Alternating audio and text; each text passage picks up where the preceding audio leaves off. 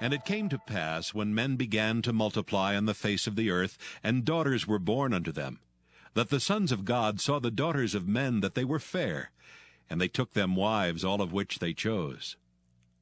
And the Lord said, My spirit shall not always strive with man, for that he also is flesh. Yet his days shall be 120 years. There were giants in the earth in those days, and also after that, when the sons of God came in unto the daughters of men, and they bare children to them. The same became mighty men which were of old.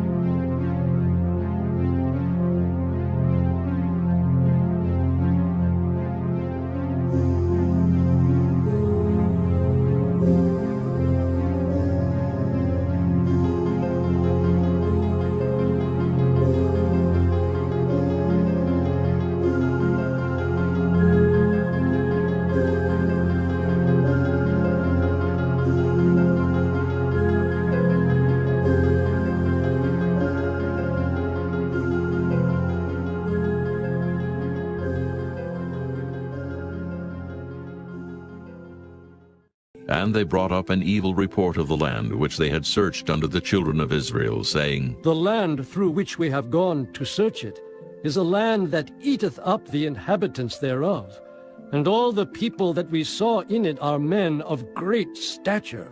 And there we saw the giants, the sons of Anak, which come of the giants, and we were in our own sight as grasshoppers, and so we were in their sight.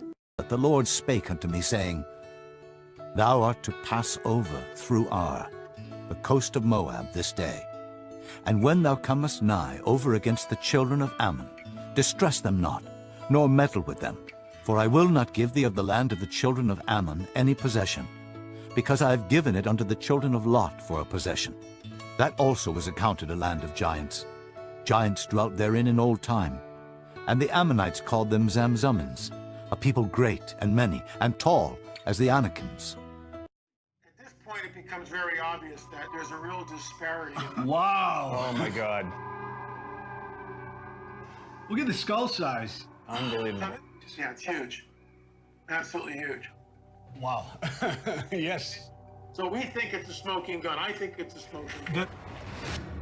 What's the takeaway? Well, my takeaway is this. In my opinion, this skeleton does two things. First, it points back to the veracity of the Native American oral tradition that there were giants here. Second, it points back to the biblical narrative of the Nephilim being on the earth. And I find that absolutely fascinating. The Nephilim are, in fact, the progeny of supernatural entities. The biblical passage is about the Nephilim being a creation of the sons of God interbreeding with the daughters of men. So this interbreeding action created a race of giants who I believe were portrayed as malevolent.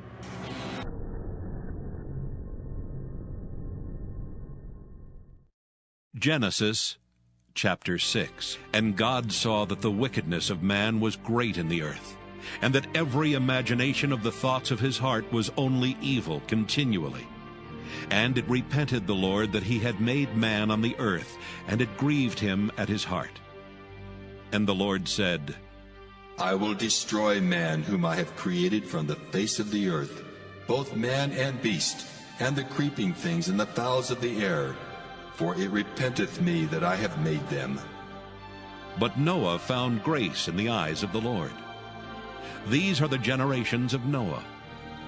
Noah was a just man and perfect in his generations, and Noah walked with God.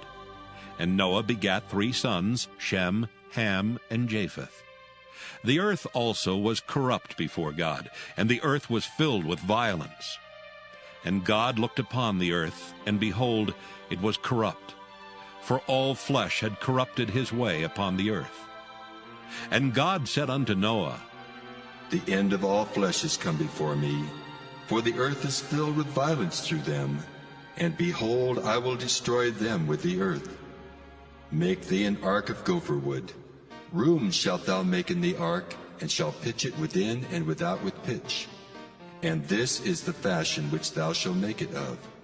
The length of the ark shall be 300 cubits, the breadth of it 50 cubits, and the height of it 30 cubits.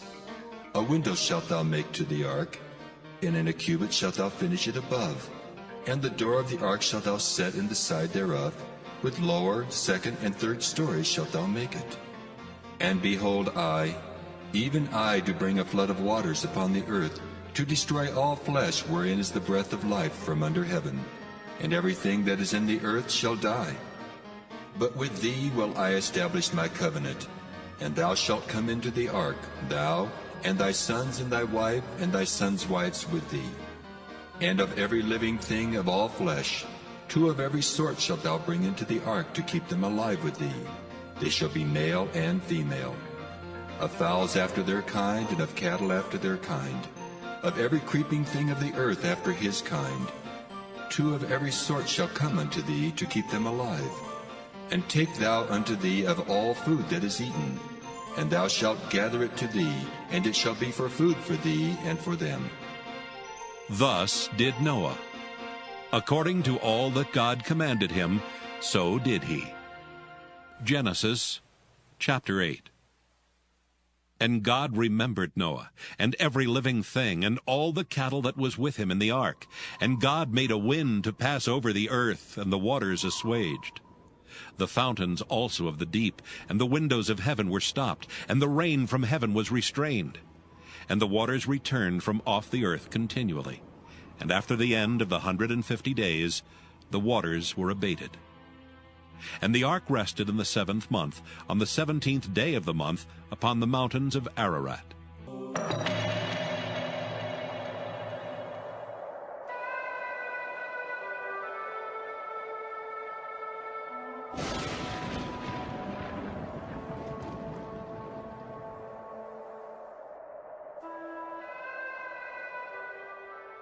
Although precise dating of military intelligence photographs is top-secret information, researchers have learned that prior to 1960, in the heart of the mountains of Ararat, while on a routine military reconnaissance survey, Turkish Air Force Lieutenant A. Kurtz took an aerial photograph of a curious boat-shaped object. Subsequent review by Turkish photographic specialists confirmed the dimensions of this object to be virtually identical to those stated in the Old Testament as the length and roughly the width of the famous Diluvian vessel. I've seen 3 of those stones in the field. 1 is in a village and 2 are out in the fields by the village. The first point that one can make in comparing with anchor stones, and we have many, many anchor stones to compare with. Anchor stones were the common way to anchor ships until iron came in about 1200 BC.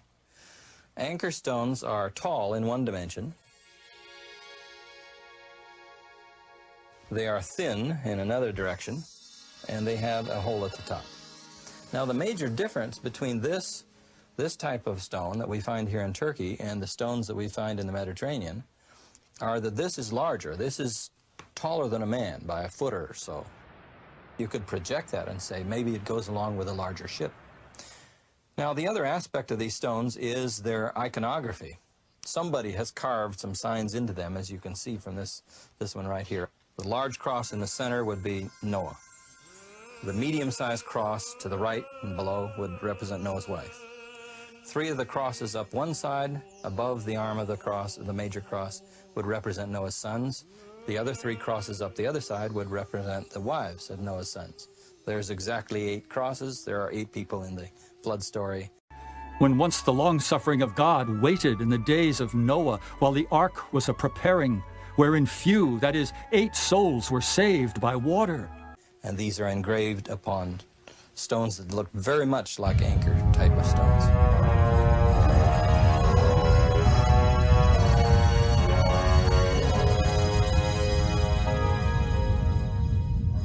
The earthquake drops the veil of soil from along one side of the boat's remains, leaving exposed the timber-shaped ribs of the ancient vessel. Here, at 6,300 feet above sea level, in the mountains of Ararat, lies what appears to be the hull of a massive, ancient, man-made ship. The sides of the object clearly exposed, the outline of the hull as evident now as the object's incredible mass. It simply dropped the earth away from the outside of the boat and left the rib timbers and other structures of the boat out there where you could see them. Also, there was a vertical split right down the center of the boat, which enabled me to measure the depth of the boat, plus get good, clean, fresh sample material out of there to have analyzed to tell us more about the chemical composition of the boat. These two photos, post and pre-quake, establish the extent of nature's timely excavation. On the left, a photo taken in 1960 by the Turkish U.S. team. At right, a photo taken by the Wyatt expedition in 1979, shortly after the earthquake. These photos clearly illustrate the large quantities of earth displaced from the sides of the object, before the quake and after. The quake has cracked the object down the center, allowing fresh soil samples to be taken for analysis. Samples are taken from the near vicinity as well to identify any significant differences in quantities of trace chemicals. The samples are rushed back to the United States, where they are immediately analyzed. The results are electrifying. A high carbon content in the soil taken from where the boat's timbers are exposed provides evidence of long decayed wood. Traces of metal are detected, revealing the possibility of objects such as metal supports.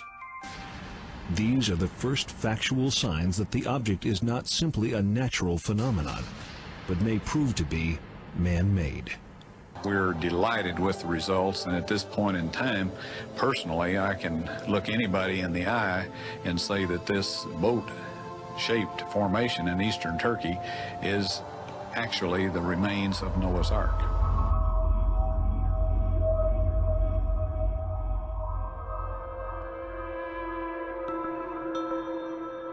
And the Lord spake unto Moses, saying, Speak unto the children of Israel, that they turn and encamp before Pi-hahiroth, between Migdol and the sea, over against Baal-zephon. Before it shall ye encamp by the sea. For Pharaoh will say of the children of Israel, They are entangled in the land, the wilderness hath shut them in. And I will harden Pharaoh's heart, that he shall follow after them. And I will be honored upon Pharaoh, and upon all his host, that the Egyptians may know that I am the Lord. And they did so. And it was told the king of Egypt that the people fled, and the heart of Pharaoh and of his servants was turned against the people, and they said, Why have we done this, that we have let Israel go from serving us? And he made ready his chariot, and took his people with him. And he took 600 chosen chariots, and all the chariots of Egypt, and captains over every one of them. And the Lord hardened the heart of Pharaoh, king of Egypt, and he pursued after the children of Israel. And the children of Israel went out with an high hand. But the Egyptians pursued after them, all the horses and chariots of Pharaoh, and his horsemen, and his army, and overtook them encamping by the sea beside Pi-hahiroth, before Baal-zephon. And when Pharaoh drew nigh, the children of Israel lifted up their eyes, and behold, the Egyptians marched after them, and they were sore afraid. And the children of Israel cried out unto the Lord, and they said unto Moses, Because there were no graves, in Egypt hast thou taken us away to die in the wilderness? Wherefore hast thou dealt thus with us, to carry us forth out of Egypt? Is not this the word that we did tell thee in Egypt, saying, Let us alone, that we may serve the Egyptians? For it had been better for us to serve the Egyptians than that we should die in the wilderness. And Moses said unto the people, Fear ye not. Stand still, and see the salvation of the Lord, which he will show to you today. For the Egyptians, whom ye have seen today, ye shall see them again no more forever. The Lord shall fight for you, and ye shall hold your peace. And the Lord said unto Moses, Wherefore criest thou unto me? Speak unto the children of Israel, that they go forward. But lift thou up thy rod, and stretch out thine hand over the sea, and divide it. And the children of Israel shall go on dry ground through the midst of the sea. And I, Behold, I will harden the hearts of the Egyptians, and they shall follow them. And I will get me honor upon Pharaoh, and upon all his host, upon his chariots, and upon his horsemen. And the Egyptians shall know that I am the Lord, when I have gotten me honor upon Pharaoh, upon his chariots, and upon his horsemen. And the angel of God, which went before the camp of Israel, removed and went behind them. And the pillar of the cloud went from before their face, and stood behind them. And it came between the camp of the Egyptians and the camp of Israel, and it was a cloud and darkness to them, but it gave light by night to these, so that the one came not near the other all the night. And Moses stretched out his hand over the sea, and the Lord caused the sea to go back by a strong east wind all that night, and made the sea dry land, and the waters were divided. And the children of Israel went into the midst of the sea upon the dry ground, and the waters were a wall unto them on their right hand and on their left. And the Egyptians pursued, and went in after them to the midst of the sea, even all Pharaoh's horses, his chariots, and his horsemen. And it came to pass that in the morning watch the Lord looked unto the host of the Egyptians through the pillar of fire and of the cloud, and troubled the host of the Egyptians, and took off their chariot wheels, that they drave them heavily, so that the Egyptians said, Let us flee from the face of Israel, for the Lord fighteth for them against the Egyptians. And the Lord said unto Moses, Stretch out thine hand over the sea, that the waters may come again upon the Egyptians, upon their chariots, and upon their horsemen. And Moses stretched forth his hand over the sea, and the sea returned to his strength when the morning appeared. And the Egyptians fled against it, and the Lord overthrew the Egyptians in the midst of the sea. And the waters returned, and covered the chariots and the horsemen, and all the host of Pharaoh that came into the sea after them. There remained not so much as one of them. But the children of Israel walked upon dry land in the midst of the sea, and the waters were a wall unto them on their right hand and on their left. Thus the Lord saved Israel that day out of the hand of the Egyptians. And Israel saw the Egyptians dead upon the seashore. And Israel saw that great work which the Lord did upon the Egyptians. And the people feared the Lord, and believed the Lord and his servant Moses. In the spring of 2000, a robotic camera was lowered into these waters for the first time.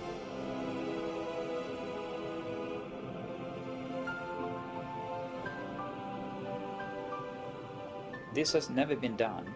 No one have been in the area at all with a remote control camera. The robotic camera's survey revealed many shapes and objects familiar to Mueller, including coral formations with right angles, arches, discs, and straight shafts fused into larger masses that had the appearance of twisted wreckage.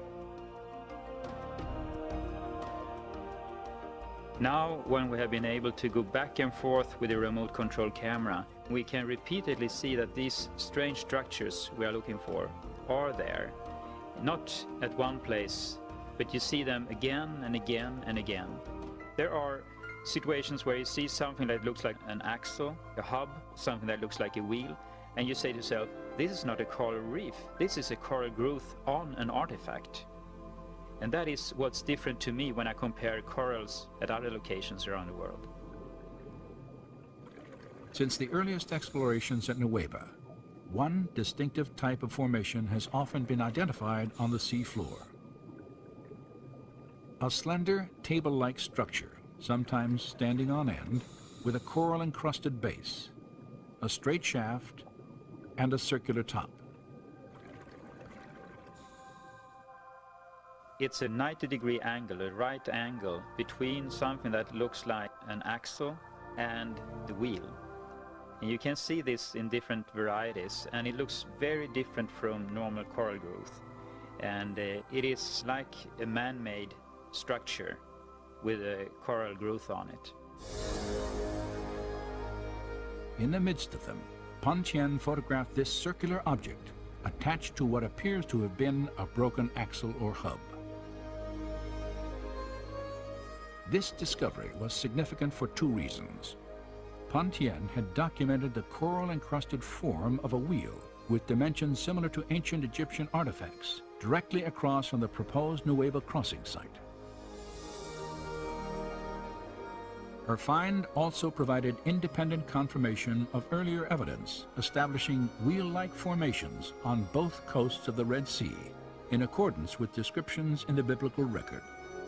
And the waters returned and covered the chariots and the horsemen, and all the host of Pharaoh that came into the sea after them. There remained not so much as one of them.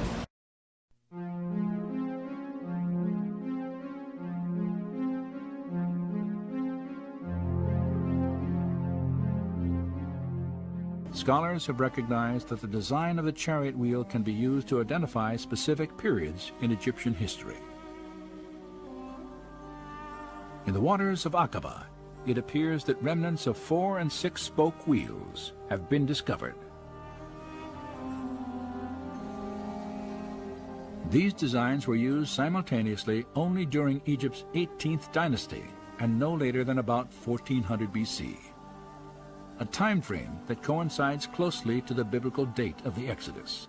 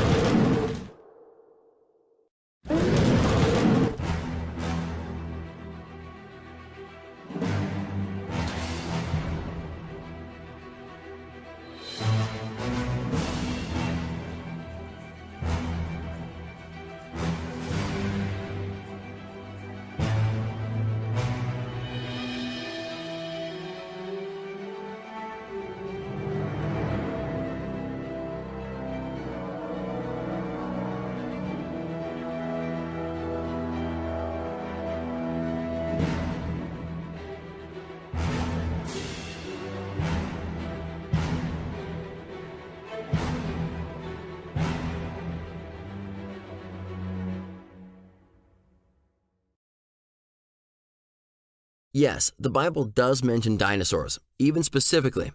But before we get there, let's take a quick look at the big picture. Evolution holds that dinosaurs evolved 220 million years ago and died about 65 million years ago from any of a number of possible extinction events. But the Bible teaches that all land animals, including dinosaurs, were created on the 6th day of creation, just thousands of years ago, and they were all named by Adam just before God handed over his completed creation to Adam and Eve, charging them to take dominion over his completed creation. Then, about 4,400 years ago, the entire world was deluged by Noah's flood, and the dinosaurs, along with billions of other creatures, were wiped out. Let's take a quick look at some evidences that show that the biblical account might actually be true. First, dinosaurs are cleverly designed. Consider this Triceratops. Its 2,000-pound head is mounted in a way that allows it to turn every which way, yet still be strong enough to ram something, even while running. What about massive sauropods with weight-bearing systems from hip to toe that allow its 200,000-pound body to even walk, and neck vertebrae that are 90% filled with air so it can lift up its head? Next, there's the absence of dinosaur ancestors and transitions. Even the Chicago Field Museum sign admits there have been 0 transitions between dinosaur kinds. It shows question marks regarding where they came from. It's almost like someone just put each basic kind on Earth right at the same time. There are even dinosaur design features that show they lived in the ideal pre-flood world. Pterodactyls may have been too heavy to fly in today's atmosphere. Same with huge pre-flood dragonflies. The fossil record is filled with giant creatures and plants. We know this because there are billions of dead things buried in rock layers laid down by water all over the Earth. And when we look at the dinosaur fossil record, we see that they were buried furiously, rapidly, and simultaneously, oftentimes found fleeing in groups. Take this massive bone bed in Hilda, Canada. Thousands of centrosaurs were catastrophically buried over an entire square mile. Or this one in China, where thousands of different kinds of dinosaurs were simultaneously buried in a single 980-foot-long ravine. There are hundreds of dinosaur bone beds all over the world, including the US, where the Morrison Formation covers 13 states and 700,000 square miles. Thousands of torn-apart dinosaurs are buried here in hundreds of mass graves, with many found in the classic death pose with their necks arched back, choking as they died. Museum signs everywhere even admit they died in a watery catastrophe. Some dinosaurs are even found mummified, with tree leaves, flowers, ferns, shrubs, and algae still in their stomach. Dinosaurs are even found buried with marine creatures. Isn't a global flood the best explanation for this? Scientists have been discovering soft tissue in dinosaur bones. They describe blood cells, blood vessels, connective tissue, and even collagen, which has a maximum shelf life of about 900,000 years at 40 degrees. With a maximum shelf life of less than 1 million years, what's collagen doing in dinosaur bones that are supposedly 65 million years old? Many dinosaur bones are even found unfossilized in places like Madagascar, Alaska, and Montana. Does this evidence seem to support the Bible's recent and violent flood, or evolution stories? But some would say if the Bible includes the truth about Earth history, it would specifically mention dinosaurs. Well, the term dinosaur wasn't even invented until 1841, and Bible translations before this time used the term dragon over 35 times, in many contexts describing dinosaur-like creatures.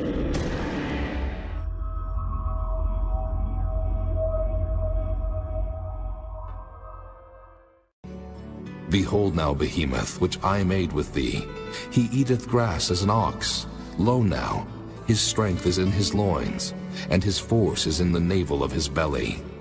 He moveth his tail like a cedar. The sinews of his stones are wrapped together. His bones are as strong pieces of brass.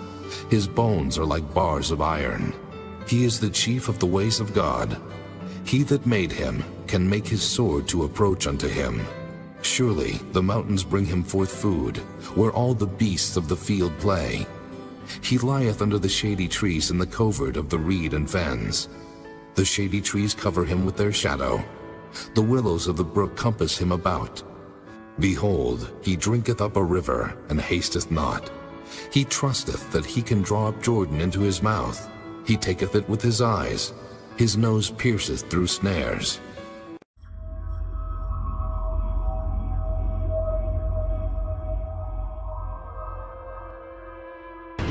Many in the scientific community have dismissed eyewitness reports as unreliable, citing wildlife, hoaxes, and optical illusions for misidentification. The numbers of sightings that's been here on the loch over 600 years, even if you take 99% of them and put them in the trash can, you turn around and you still have that 1% that can't be explained. Well, we need to explain it.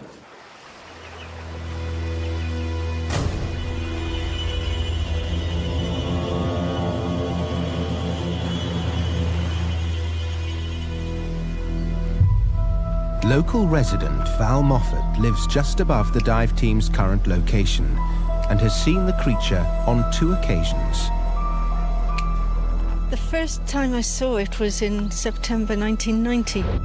I was driving up and I saw it in the bay between the castle and the far headland. I glanced and thought, what on earth is that? It was just like a rowing boat which had overturned in the water, same shape. It was very dark grey, shiny with the water on it. It was about 25 to 30 feet in length and 8 to 10 feet to the top of the back of the body. I glanced at it 3, maybe 4 times, and the final time it was gone.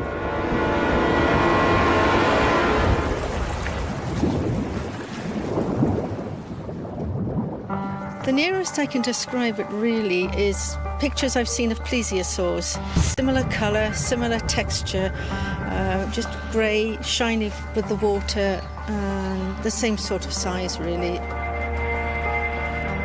Many times people have said to me, oh, you must have seen something, it was an illusion. And I just say, no, I know I've seen something that can't be explained.